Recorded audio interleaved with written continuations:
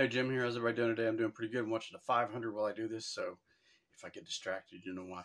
Anyway, I just did that with the PMZ Archery Mongolian Horsebow. This one's in red, wrapped in red leather. I have the other one wrapped in yellow leather. I can get me another yellow one wrapped in. This is a 50 pound. So the yellow one is a 35, and that's the one that I originally bought that for $74.99, and it was free shipping 2-day, and it was on Prime, so it came here pretty quickly. So what happens with some of these things, these items, actually with everything, don't mistake what I just said, with everything, the price is going up. So it's the last I seen is $79.99, 2-day shipping. So you guys got to check what's going on with some of these products, because the prices are, regardless of, I don't want to get into the politics of all that. But anyway, the economy is really, really bad. It's good to have a budget option, and that's still a budget option. So I would definitely look at the 35 pound bow. And I can put the link in the description below. This will be the long form compared to the short form, or short, that I'm going to be doing with the ping pong ball head. I got ping in the face. I wonder if that arrow tasted good, because I'm pretty sure it's still on the target, stable to the target with the arrow in it. So I didn't take it down yet. However, yeah, it's kind of one of those things like, hey, I'm gonna leave that right there because that looked good. But anyway, these bows are a little different than the Turkish bows that I have. These bows are, I don't know how accurate they are as far as Mongolian style bows, but look how long this tip is. It's close to 10 inches, because that's about 8 inches with that long ass fingernail I got. So yeah, it's about a 10-inch. So when you have the longer tips, these tips that go this way, they assist in shooting a heavier broadhead or heavier arrow. So if you put salt in your arrows, some people do that because it's a heft thing that you can do for heavier impact, or not so much as deeper impact. It definitely punches harder. Okay, I won't say it's a Mike Tyson type punch, because I don't think anything that we could do that unless you actually put a fist on the end of it. I'm gonna look into that and see if that's the thing. But anyway, when I'm using thumb draw, I'm using my thumb ring again.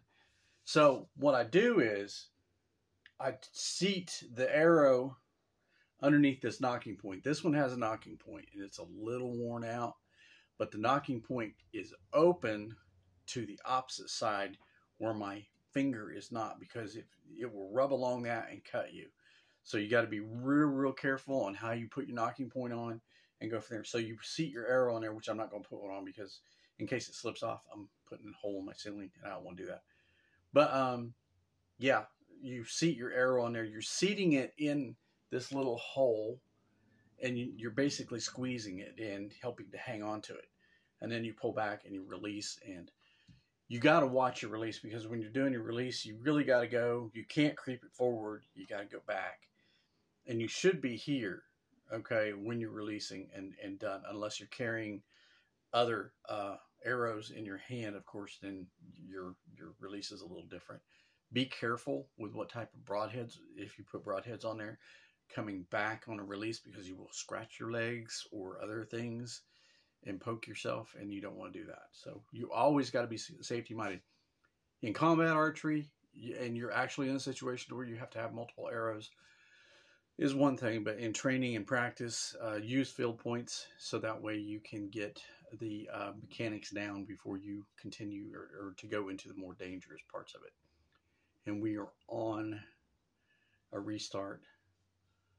This is a little delayed. I get updates on my phone, which I'm using for this.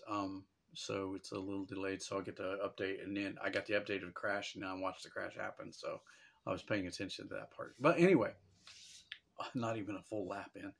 Anywho, this has a pretty decent leather grip. It really doesn't reduce the hand shock. It's not cushiony. The twine here around in between the hand of the limb and the this part of the limb here, it's actually pretty nice. I don't know how accurate that is historically, nostalgically, but you know, this is a light bow. I'm holding it by one end, and it doesn't give you any stress to do that. I mean, it's not heavy. I do believe the 35 is a little lighter, but the Manchu is not. And the Manchu comes from Longbow Maker, so. But these are PMZ. The other two are PMZ Archery, and they are just really good bows. It's still got quite a bit of wax on the string. I'm not needing to wax this right yet, but I will wax all the strings from this group of bows over here shortly.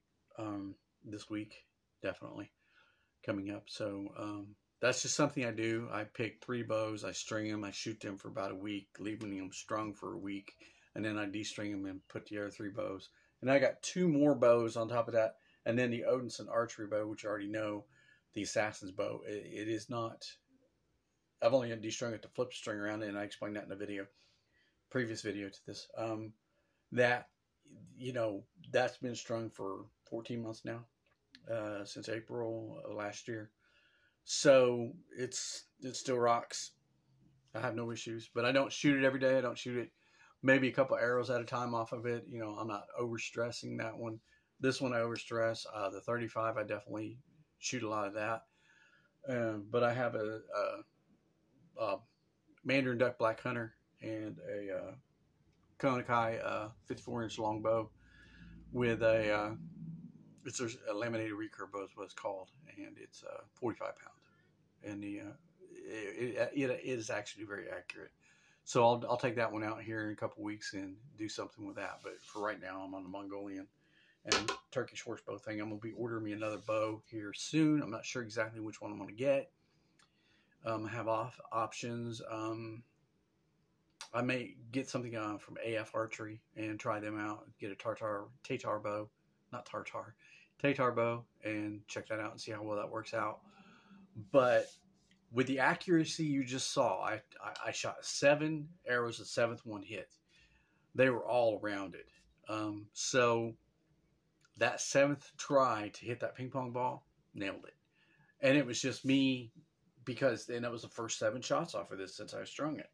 So that's me getting warmed up and used with this thing, or used to this thing. And that's what you do. You go and you get used to the bow, and then you start becoming very accurate with it within a first 10 or 20 arrows downrange. Or that was a 19 feet or 6 yards and a foot distance. So it was not, you know, a difficult thing to do, but I'm used to doing it. A ping pong ball is a quarter size, roughly. So I can hit a quarter. I can hit anything, you know, an inch with, you know, get warmed up, get, you know, where's this thing hitting? And repetitiously and stack arrows on a quarter. So I've done it. I've proven that. Watch the videos and you'll figure it out. So becoming accurate is the biggest part of archery. You're not just throwing arrows into a target, a 40-inch target at 70 yards, okay, or 20 yards, and having them all over the target. You want them all located, you know, at least into that circle at that distance. And that's something that I can do. I can stack arrows all day long out to 20 yards, 30 yards, a little bit different depending upon wind. And how heavy the arrowheads are. The 300 grains really do maintain that accuracy at that distance. Maybe a little wider, but I'm not going to be all over the target unless there's a gust of wind that knocks the arrow off path. And I've proven that before by shooting and outside here and showing you guys that in those winds, before these storms come up, you have a lot of wind and they'll just gust, and the arrow, you'll shoot it and it'll be in the same path as the other one, but it'll go, you know, and you're like, oh wow, what do you do? Shoot again. So retrieve the arrow, shoot again, you know, put it in there, get it right. So this bow is, I think, I can't remember how much this one is. I'll put a link in the description below on this long form, so that way you guys can go check it out and see if you want one. Because I know that I'm going to get me another one of these yellow. I'm probably going to get a black one too, and go from there and draw some better designs on them. I was going to do flowers, but instead I drew this word on here on this one, and I can always take that back off. It's only ink, gel ink, that. So I'll leave that to my own interpretations on why I put that there. It's just something goofy. I was like, hey, I wonder what this word is in this language. So, but anyway, yeah, I'm going to put something in Mongolian on the other ones that I get. So that way it's more identifiable to its personage. You name your bows. I always name my bows. I got names for all of them. So, but that's not important. What's important is the accuracy. The accuracy is everything. Always remember your follow through.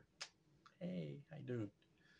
So, yeah, it's a lot of fun shooting archery, learning new things. The thumb ring, I never really thought about that. I heard about it years ago, but I'm like, I'll stick to the traditional manners in which I've been trained.